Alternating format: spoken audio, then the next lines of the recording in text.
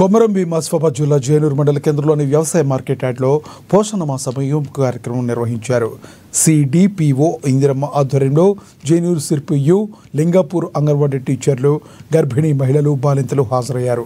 ముందుగా జ్యోతి వెలిగించే గర్భిణీ మహిళలతో మంచి పాలతో తయారు చేసిన కేక్ కట్ చేపించారు. తమ ఇండ్లు పరిసరాలు పరిశుభ్రంగా ఉంచుతామని, అలాగే పౌష్టికాహారం స్వీకరిస్తామని ప్రతిజ్ఞ చేశారు. గర్భిణీ మహిళలు, బాలింతలు మంచి పౌష్టికాహారం తీసుకోవాలని సిడిపిఓ ఇందిరమ్మ సూచించారు. మలుస్తాను ప్రతి ఇల్లు బడి పల్లె చేసుకోవడం జరుగుతుంది.